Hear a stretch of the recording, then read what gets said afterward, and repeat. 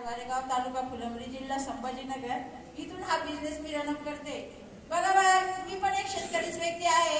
मी पण एक शेतात काम केलेलं परत लेडीजचा प्रश्न पडतो, आपल्याला काही कुठं सांगता येणार नाही, आपण तर शेती काम पडतो की नाही लेडीजचा प्रश्न का आपण कुठे जायचं। पण बघा इथं कुठे जायचं नाही, फक्त एकदा जीवनात खरेदी करायची आहे आणि खरेदी करून इथं लाखो रुपये कमवायचे। आवडणार नाही लाखो रुपये कमवायला, बरोबर की नाही।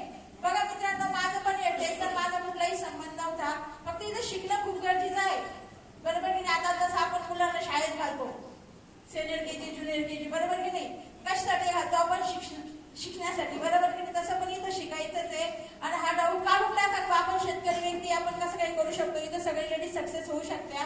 आणि एक प्रश्न एवढाच आहे फक्त का पहिलीचं दुकान चेंज करायचे, दुकान चेंज करून आपले लाखो रुपये कमवायचे। आणि ह्या बिझनेस मध्ये मी जर आलेली आहे फक्त एक नॉमिनी फॅसिलिटी, खरंच आहे नॉमिनी फॅसिलिटीसाठी एकदा जोरदार टाळ्या होत्या। थँक्यू। मला या बिझनेस मध्ये आणणार आहे कारण का बघा आता कुणी ना कुणी माध्यम असतं आणणार, बरोबर की नाही। तसं मला या बिझनेस मध्ये आणणारे माझे मिस्टर मेने सर यांना मी कोटी कोटी वंदन करते आणि गुरुचे पण गुरु असतात अशा आमचे वेळोवेळी सपोर्ट करणारे। मी बरेच वेळेस त्यांना विचारत असते सर असं कसं आहे, म्हणजे कुणी एवढं विचारत नसेल, मी खरंच सरांना खूप काही विचारते, त्याच्याबद्दल खरंच आपले दीपक कायस्थासाठी जोरदार टाळ्या। थँक्यू।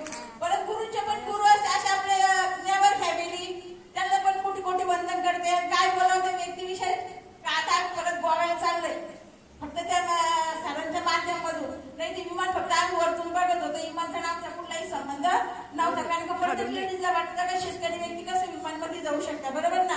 पण इथं सर्व लेडीजचे स्वप्न कंप्लीट पुरं होऊ शकते, फक्त डिसिजन घ्यायचंय, काय घ्यायचंय डिसिजन घ्यायचंय, आपली विचार बदलायचे आणि सुरुवात करायची आहे।